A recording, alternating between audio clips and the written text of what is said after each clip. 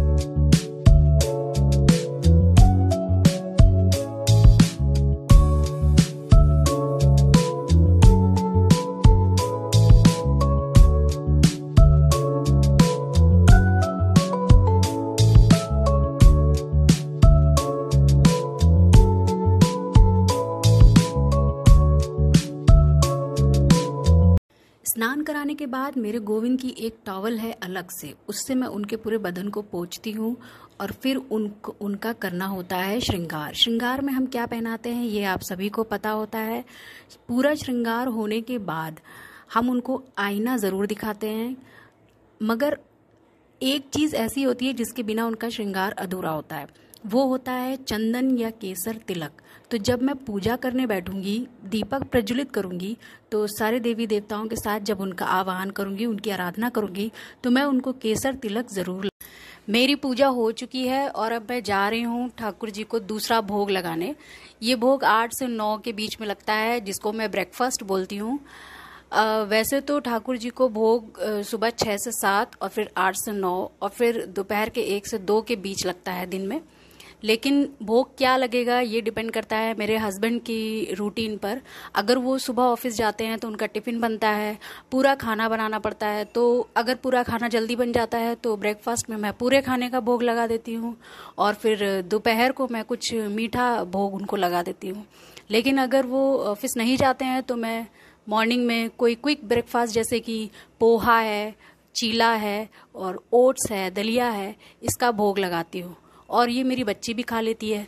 मीठा इसलिए बनाती हूँ क्योंकि ठाकुर जी को मीठे का भोग ज़्यादा से ज़्यादा लगाना चाहिए।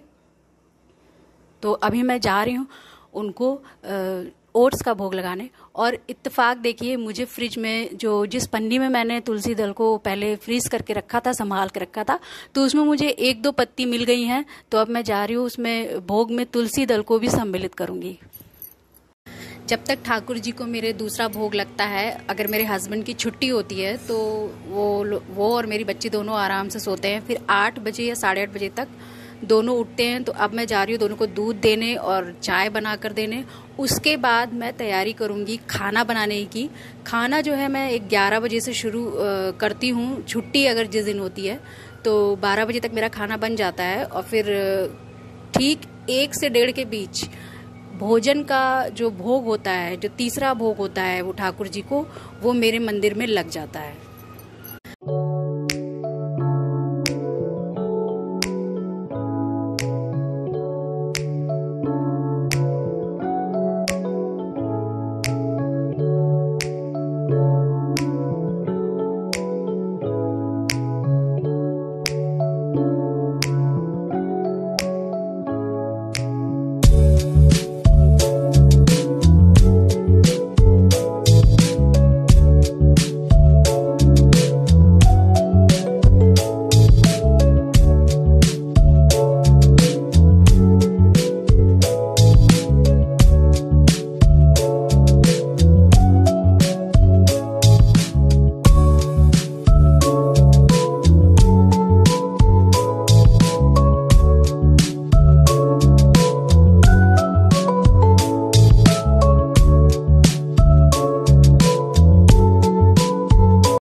आज खाने के भोग में खट्टी मीठी नमकीन कद्दू की सब्जी और मसाले डाल के खस्ता पूरी बनाई है, बहुत टेस्टी लगती हैं।